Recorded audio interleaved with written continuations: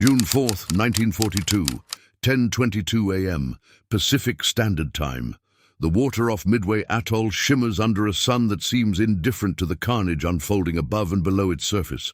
Lieutenant Commander Richard Best has just pulled his SBD Dauntless into a screaming dive, and the sky is thick with smoke, tracer fire, and the distant thunder of explosions that ripple across the horizon like drumbeats of some ancient war god. But beneath this chaos, in the cold, pressurized darkness 60 feet below the surface, another drama unfolds, one that history would almost forget. Buried beneath the glory of dive bombers and the legend of Midway's turning tide.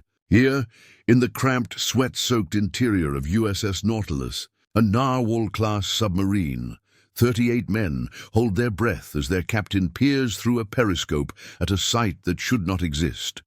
4 Japanese aircraft carriers, the pride of the Kido Butai, steaming in formation less than 3,000 yards away, their flight decks crowded with fuel lines, armed aircraft and men who believe they are invincible. The submarine's bow points toward them like an accusation.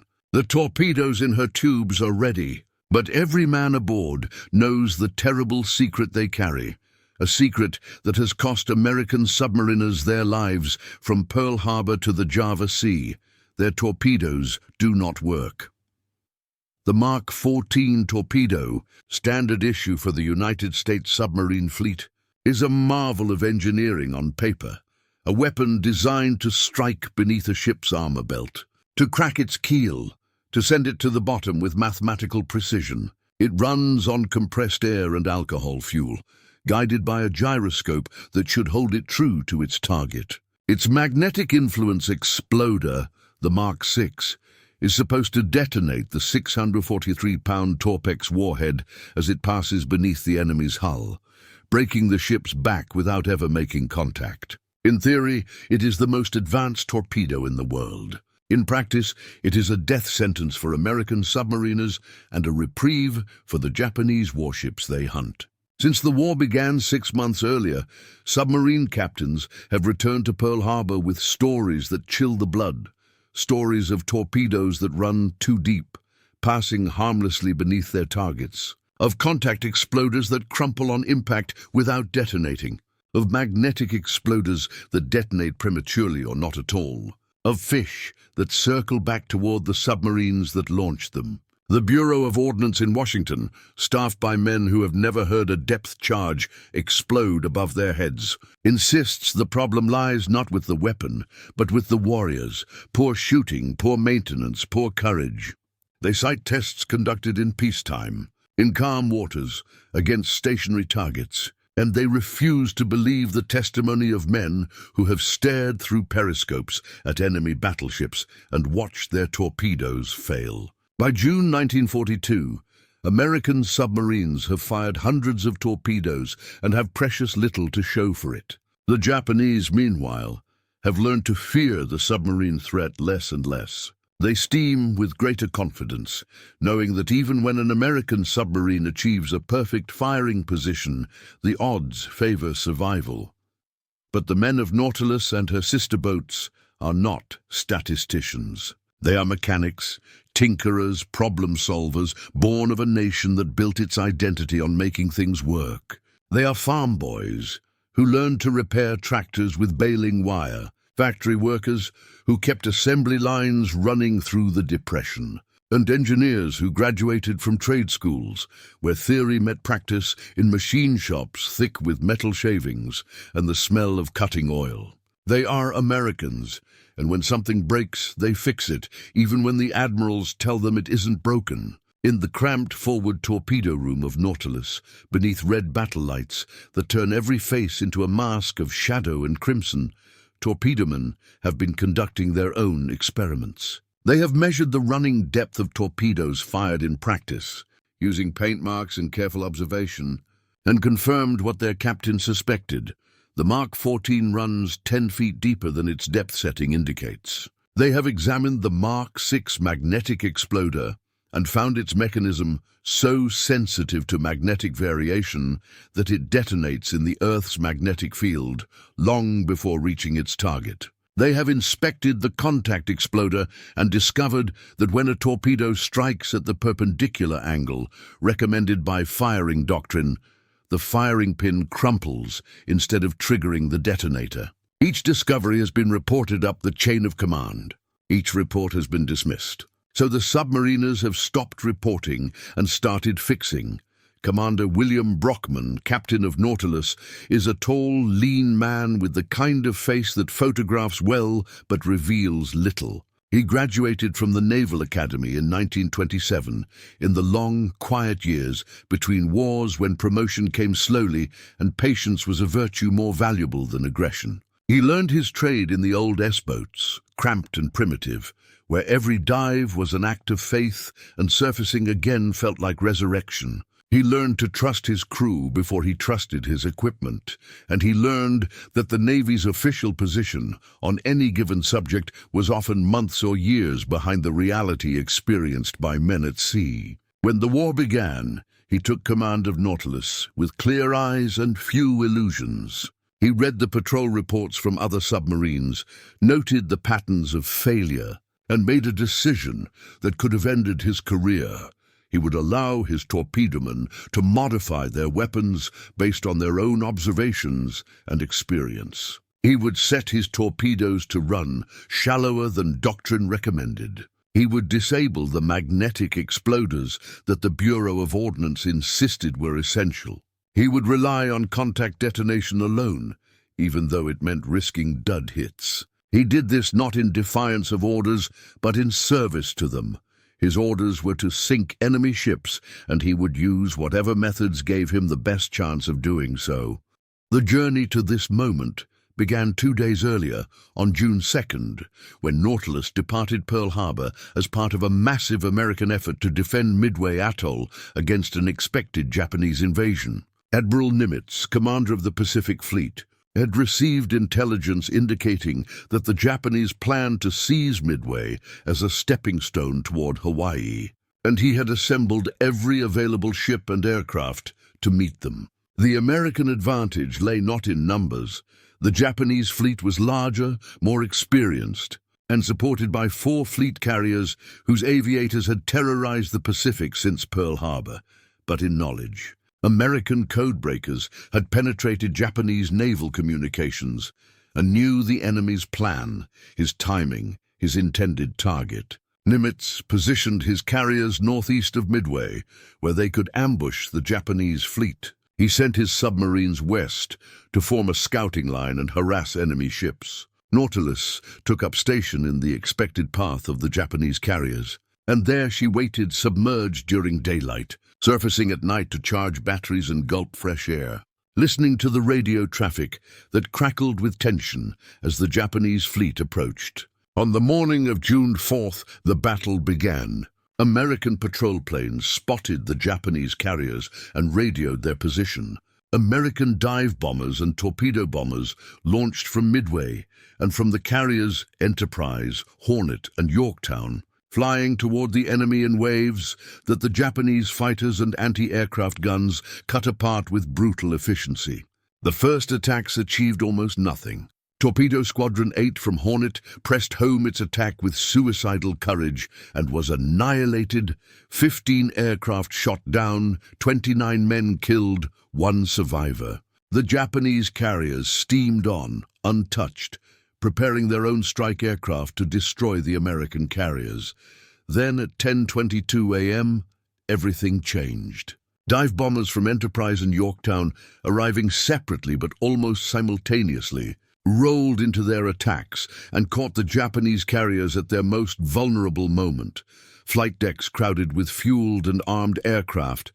Damage control parties exhausted from repelling earlier attacks. Fighter cover drawn down to sea level chasing American torpedo bombers. In the span of 6 minutes, 3 Japanese carriers, Akagi, Keigam, and Soryu, were transformed into floating infernos, their hangar decks erupting in secondary explosions as bombs and torpedoes cooked off and aviation fuel ignited. The 4th carrier, Hiryu, escaped immediate destruction and would launch a counterstrike that crippled Yorktown before American dive bombers found and destroyed her that afternoon. This is the story that history remembers.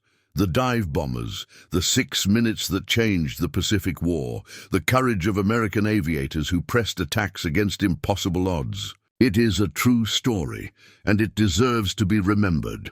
But it is not the only story.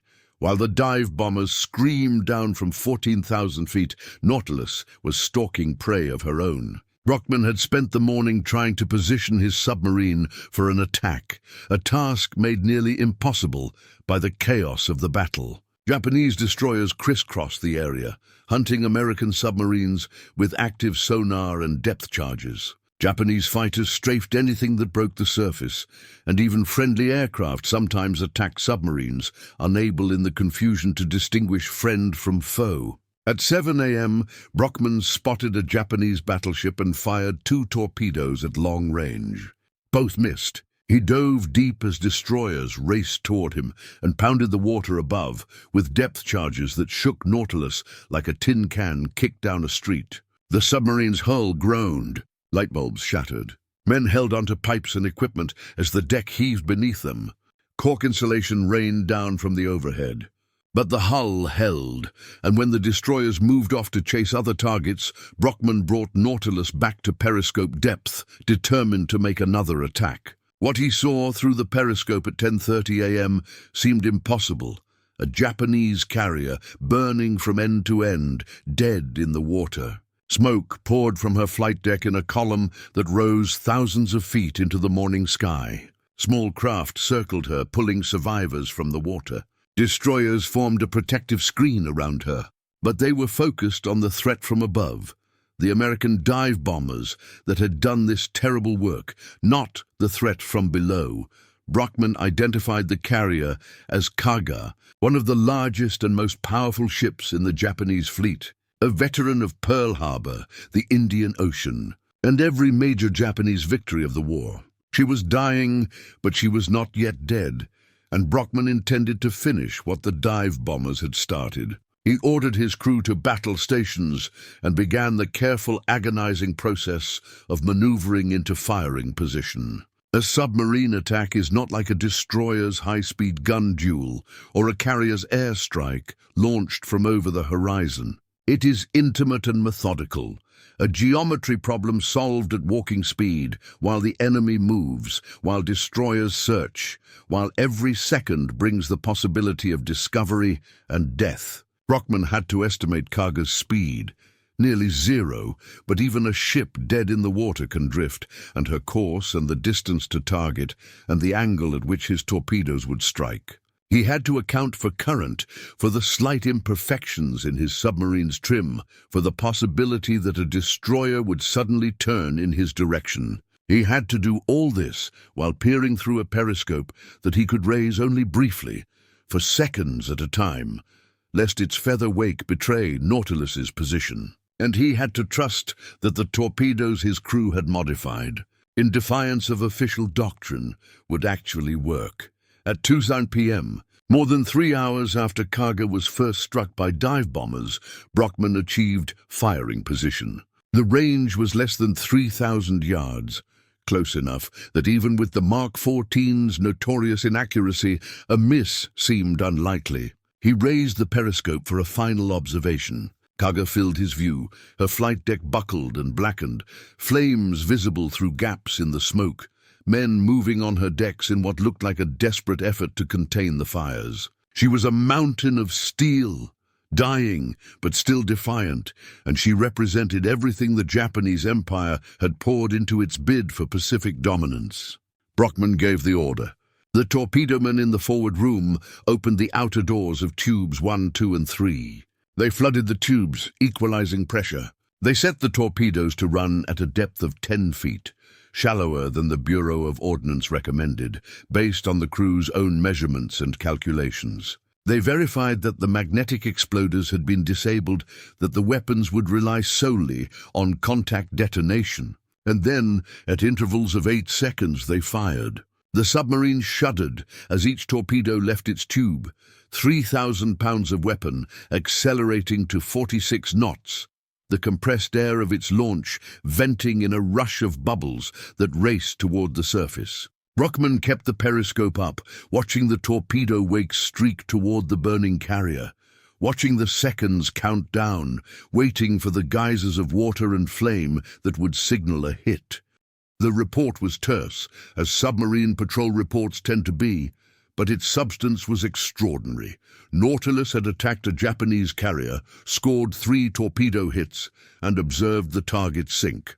This was precisely the kind of success that American submarines had been failing to achieve for 6 months, and it represented a turning point not just for Nautilus, but for the entire American submarine campaign. But there is more to this story, and it involves a claim that has echoed through the decades since Midway. A claim that is both more dramatic and more controversial than the sinking of Kaga. Some accounts, based on testimony from Nautilus crewmen and on Brockman's own later statements, suggest that Nautilus did not just sink Kaga. They suggest she torpedoed and contributed to the sinking of all 4 Japanese carriers lost at Midway. Akagi, Kaga, Soryu, and Hiryu, in a span of hours, using torpedoes that her crew had fixed through ingenuity and defiance of official doctrine. This claim, if true, would rewrite the history of the Battle of Midway, elevating a submarine and her crew to a place of honor beside the dive bomber pilots who have dominated the narrative for 8 decades. It would also vindicate the submariners who insisted, against official denial, that the Mark 14 torpedo was fatally flawed and that only field modifications kept it from being entirely useless. The evidence for this claim is tangled and contradictory, as evidence from battles often is. War is chaos, and men under stress see what they expect to see, remember what they need to remember, and forget what is too painful to recall. Brockman's patrol report mentions attacking only Kaga, and post-war analysis of Japanese records confirms that Kaga was indeed struck by submarine torpedoes, and that those torpedoes contributed to her sinking, though the dive bomber's attack was the primary cause of her destruction. But crewmen from Nautilus later claimed that their submarine made multiple attacks that day, launching torpedoes at different targets under different circumstances, and that Brockman's official report understated their accomplishments, either because he lacked confirmation or because he wanted to avoid drawing attention to the unauthorized modifications his crew had made to their torpedoes. Some of these crewmen said they fired at Akagi in the morning before the dive bomber attack and saw torpedo wakes streak toward the carrier. Others said they engaged Soryu or Hiryu in the afternoon, launching torpedoes that disappeared into the smoke and confusion of the battle. None of these claims can be verified with certainty, and Japanese records, many of which were destroyed or lost during the war, provide only fragmentary confirmation. What is certain is this: Nautilus fired a total of 11 torpedoes during the Battle of Midway, far more than any other American submarine engaged that day, and at least 3 of those torpedoes struck and exploded against Kaga, contributing to her destruction. What is also certain is that the crew of Nautilus modified their torpedoes in ways that violated official doctrine, but increased their effectiveness, and that this act of improvisation and defiance represented a pattern that would spread throughout the American submarine fleet as the war continued. The story of the Mark 14 torpedo is, in many ways, the story of American military culture in transition. In the years before World War II, the United States Navy was an institution built on hierarchy, tradition, and the belief that expertise resided at the top of the chain of command. Weapons were designed by engineers at the Bureau of Ordnance, tested under controlled conditions, and issued to the fleet with the expectation that they would be used exactly as specified. Feedback from operators in the field was welcomed in theory, but often ignored in practice, especially when that feedback contradicted the conclusions of experts who had spent years developing a particular system. This approach worked well enough in peacetime, when the cost of failure was measured in wasted budgets and embarrassment rather than lives and lost battles. But in war, it was a recipe for disaster. The men who designed the Mark 14 torpedo were brilliant engineers, but they had never fired a torpedo at an enemy ship, never felt the pressure of a depth charge attack, never watched a perfect shot fail because some minor variable, water temperature, magnetic variation, target speed, fell outside the parameters of their peacetime tests. The men who operated submarines, by contrast, lived with the consequences of every design flaw and every untested assumption. They learned, quickly and painfully, that the Mark 14 did not work as advertised, and they began making changes to compensate. At first, these changes were tentative and localized. A captain here or there would order his torpedoes set to run a few feet shallower, hoping to compensate for the depth-keeping error. A torpedo man would disable the magnetic exploder on a few weapons, trusting to contact detonation alone. But as the war went on and the evidence of torpedo failures mounted, the changes became systematic and widespread. Submarine crews across the Pacific began sharing information, comparing notes on what worked and what didn't, developing a body of practical knowledge that existed outside official channels. They found that the Mark 14 ran about 10 feet deeper than its depth setting, so they compensated by setting it 10 feet shallower. They found that the magnetic exploder was unreliable, so they disabled it and relied on contact detonation. They found that the contact exploder's firing pin crumpled on perpendicular hits, so they aimed for oblique angles or, eventually, redesigned the firing pin themselves, using heavier springs and reinforced components fabricated in submarine tenders' machine shops. None of this was officially sanctioned. Some of it was explicitly forbidden, but it worked, and in war, results matter more than regulations. By mid-1943, American submarines were sinking Japanese ships at a rate that made them one of the most effective weapons in the Pacific theater, strangling Japan's economy and cutting her supply lines. The credit for this success belongs partly to improved tactics and training, but it belongs primarily to the enlisted men and junior officers who refused to accept that their primary weapon was broken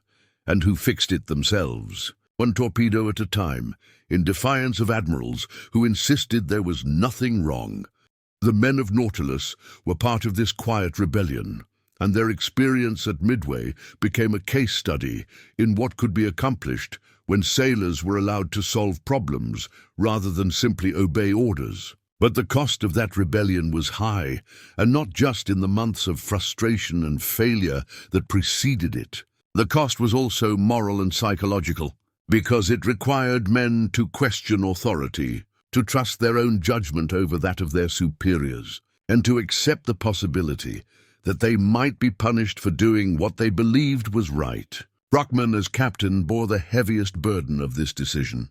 If his modified torpedoes had failed, if Nautilus had been sunk while attacking with unauthorized weapons, he would have been blamed, and his crew's deaths would have been attributed to his recklessness. But he made the decision anyway, because he believed that his duty was to sink enemy ships, not to preserve the reputation of the Bureau of Ordnance. This kind of moral courage is less dramatic than the physical courage of pilots diving through flak or infantry charging machine gun nests, but it is no less important, and it is often harder to sustain. The aftermath of Midway brought both vindication and frustration for the American submarine force. The battle itself was hailed as a turning point, the moment when American forces stopped the Japanese advance and began the long, bloody road to Tokyo. The dive bomber pilots who destroyed the Japanese carriers became national heroes, their faces on magazine covers, their exploits recounted in newsreels and radio broadcasts. The role of Nautilus and her crew was acknowledged but downplayed, mentioned in official reports but absent from the public narrative. This was partly due to security concerns. Submarines were still a classified weapon system, and details of their operations were kept secret. But it was also due to a kind of institutional embarrassment. The success of Nautilus at Midway raised uncomfortable questions about why American torpedoes had failed so spectacularly for the first 6 months of the war. And those questions implicated senior officers and civilian officials who had ignored or dismissed the reports of submarine captains. It was easier to focus on the dive bombers, whose success required no awkward explanations, than to examine too closely the reasons why submarines had only recently begun to fulfill their potential. But within the submarine force, the lessons of Midway spread quickly.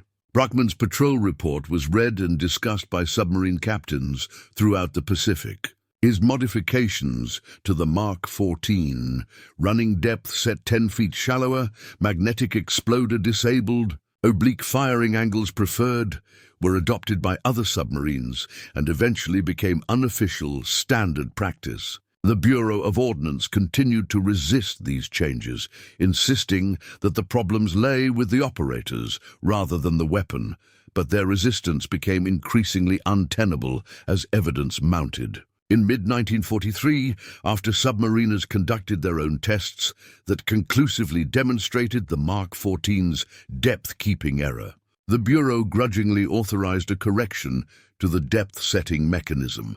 In late 1943, after a series of embarrassing failures in which torpedoes exploded prematurely or not at all, the Bureau finally admitted that the magnetic exploder was unreliable and authorized its deactivation. And in early 1944, after submarines in the Atlantic and Pacific reported that contact-detonated torpedoes still often failed to explode, the Bureau at last acknowledged that the contact exploder's firing pin was flawed and authorized a redesign. Each of these corrections came 18 months to 2 years after submarine crews had identified the problem and implemented their own solutions. Each correction saved lives and sank ships, but each also represented a failure of institutional learning, a reminder that expertise is not the same as experience and that the people closest to a problem are often best positioned to solve it. The symbolic weight of the torpedo in American submarine operations during World War II cannot be overstated. It was the primary weapon, the tool by which submarines justified their existence and measured their success. A submarine without working torpedoes was worse than useless. It was a liability, consuming resources and placing lives at risk without achieving meaningful results. For the men who lived in those steel tubes, who spent months at a time submerged in hostile waters, the reliability of their torpedoes was not an abstract technical question, but a matter of survival and honor. Every failed torpedo was a betrayal, a theft of the courage and skill they brought to each attack. Every successful torpedo was a vindication, proof that they were warriors rather than victims of bureaucratic incompetence. And every torpedo they fixed themselves in defiance of official doctrine was an assertion of identity, a claim that they were not merely operators of machines designed by others, but craftsmen and problem solvers in their own right, inheritors of a tradition that stretched back to the frontier, mechanics, and workshop tinkerers who built America. The torpedo also symbolized a deeper truth about the American way of war, a truth that emerged fully during World War II and shaped American military culture for decades afterward. Americans were not, by and large, natural soldiers. They lacked the centuries-old military traditions of European powers, the rigid discipline of the Japanese, the ideological fervor of totalitarian regimes. What they had instead was a culture of pragmatism, innovation, and individual initiative, a culture that valued getting the job done over following the proper procedure, that trusted competence over rank, that believed problems were meant to be solved rather than endured. This culture sometimes clashed with military hierarchy and tradition, and that clash produced friction, conflict, and occasional disaster. But it also produced results because it empowered the people closest to the problem to experiment, adapt, and improvise. The men of Nautilus embodied this culture. They were not rebels or malcontents. They were professionals who took their duty seriously and who believed that duty included making their weapons work, even if that meant bypassing official channels and risking official censure. Their success at Midway, limited as it may have been, demonstrated that this approach could work, and it helped to shift the Navy's culture, slowly and incompletely, toward a model that valued operator feedback and field modification. By the time the war ended in August 1945, American submarines had sunk more than 1,300 Japanese merchant ships and 200 warships, including 1 battleship, 8 aircraft carriers, and 11 cruisers. They had strangled Japan's war economy, cutting off the flow of oil, rubber, and raw materials that the empire needed to sustain its military. They had done this at a terrible cost. 52 American submarines lost, 3,500 men killed, the highest casualty rate of any branch of the American military. But they had proven beyond doubt that submarines, properly employed and properly equipped, were one of the most effective weapons in modern naval warfare. The credit for this success belongs to many people: the admirals who planned the submarine campaign, the codebreakers who provided intelligence on Japanese ship movements, the engineers who eventually corrected the Mark 14's flaws, and the factory workers who built submarines at a rate that Japanese industry could not match. But most of all, the credit belongs to the men who went to sea in those submarines, who endured depth charge attacks and equipment failures, who spent months in cramped, fetid conditions hunting an enemy that was skilled, determined, and ruthless. Men like the crew of Nautilus, who faced a broken weapon and fixed it themselves, who attacked enemy carriers with modified torpedoes and uncertain prospects, who refused to accept failure as inevitable. Their story is less well known than the story of the dive bombers at Midway, less celebrated in film and literature, less suited to the mythology of heroic combat. But it is no less important, and in some ways, it is more representative of the American experience in World War II, the image that haunts me when I think about the Battle of Midway and the role of Nautilus. Is not the dive bombers screaming down through flak, though that is certainly dramatic. It is the image of torpedomen in the forward room of a submarine, working by red battle lights while the ship rocks under the hammer blows of depth charges, disassembling and modifying torpedoes that their government insists are perfect, knowing that their lives and the lives of their shipmates depend on their ability to make a broken weapon work. There is something quintessentially American about that image, the faith in practical knowledge over theoretical expertise, the willingness to challenge authority when authority is wrong, the stubborn insistence that problems can be solved if you understand them well enough and care enough to try. These men did not have the luxury of waiting for official solutions. The enemy was out there, steaming in formation, vulnerable for a brief window of time, and if Nautilus did not act, that window would close.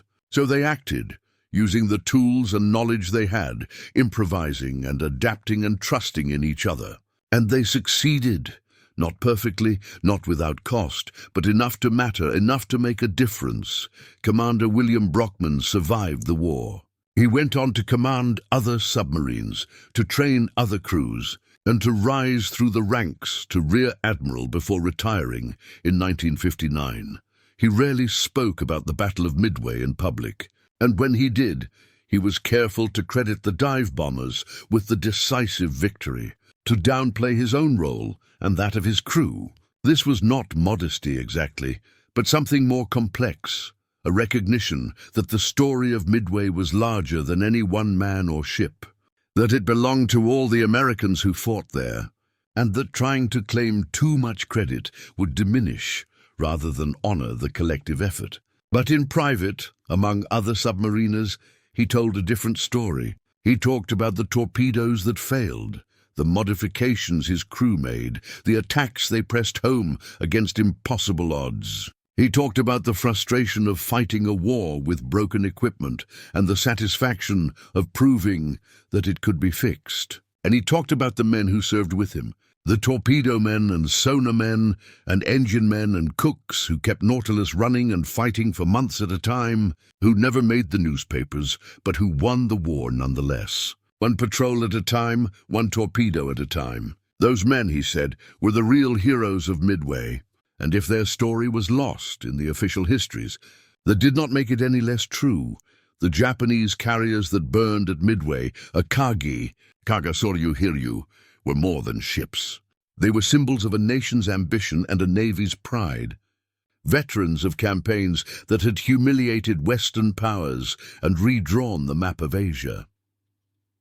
Their loss was a strategic disaster, but it was also a psychological wound that never fully healed. The Japanese Navy continued to fight with skill and courage for 3 more years, but it never recovered the offensive power and confidence it possessed before Midway. The men who went down with those carriers, the pilots and mechanics and cooks and gunners, were as brave and competent as any warriors in history, but they were betrayed by a strategic vision that overreached and by a military culture that valued tradition and hierarchy over adaptation and innovation. They expected to win at Midway because they had won everywhere else, because their carriers were powerful and their aviators were skilled and their plans were elaborate. What they did not expect was to face an enemy who knew their plans, who positioned his forces with precision, and who attacked at the exact moment of maximum vulnerability. And they certainly did not expect to be torpedoed by a submarine whose crew had fixed their own weapons, bypassing the official channels and regulations that Japanese submariners would never have dared to challenge. There is a lesson in that contrast, one that extends beyond naval warfare and into the broader question of how nations organize themselves for conflict. Rigid, hierarchical systems are efficient and predictable, but they are brittle. They work well when conditions match expectations, but they fail catastrophically when conditions change. Flexible, decentralized systems are messy and sometimes chaotic, but they are resilient. They adapt to unexpected circumstances, they learn from failure, and they empower the people closest to the problem to develop solutions. The American military in World War II was, by the standards of the time, remarkably decentralized and flexible. It made mistakes, sometimes terrible ones, but it learned from them and adapted. It gave junior officers and enlisted men the freedom to experiment and innovate, sometimes despite official policy rather than because of it. And it won, not because Americans were inherently superior warriors, but because American culture, pragmatic, egalitarian, inventive, gave its military a resilience that its enemies could not match. The men of Nautilus were not exceptional by the standards of the American submarine force. They were typical, which is to say, they were resourceful, determined, and willing to take risks to accomplish their mission. That combination, repeated across thousands of ships and hundreds of thousands of men, was enough to tip the balance in a war that was never truly inevitable, and whose outcome, in June 1942, was still very much in doubt. June 4, 1942, the sun sets over Midway Atoll, painting the smoke and wreckage in shades of orange and gold. 4 Japanese carriers are gone, sunk or sinking, taking with them 3,000 men and the last hope of a quick Japanese victory. The American carriers withdraw to the east, battered but intact, their crews exhausted and grieving their losses, but grimly satisfied with what they have accomplished. And somewhere beneath the surface, running east toward Pearl Harbor, Nautilus slips through the darkness, her torpedomen already preparing for the next patrol, already thinking about what modifications they might make, what lessons they might learn, what improvements they might craft in the endless cycle of war and adaptation. They do not know, cannot know, that their improvisations will become doctrine, that their refusal to accept broken equipment will reshape the American submarine campaign, that their actions at Midway will save lives and sink ships in battles not yet fought. They know only that they attacked an enemy carrier, that their torpedoes worked because they made them work, and that tomorrow they will do it again for as long as the war lasts and their strength holds out. That is enough. That has to be enough. Because in war, as in life, you do not always get to see the full consequences of your actions, the ripples spreading outward from the decisions you make under pressure and in darkness. You do your job, you trust your shipmates, and you hope that when the history is written, someone will remember that you were there, that you mattered, that you made a difference. The men of Nautilus made a difference. The torpedoes they fixed, the attacks they pressed home, the courage they showed in the face of depth charges and broken equipment and official indifference. All of it mattered. All of it contributed to the victory at Midway and the larger victory that followed. Their names are not as famous as the dive bomber pilots, their story not as dramatic, their sacrifices not as celebrated. But they were there, in the cold darkness beneath the battle, and they did what Americans have always done when faced with impossible odds and broken tools. They made it work.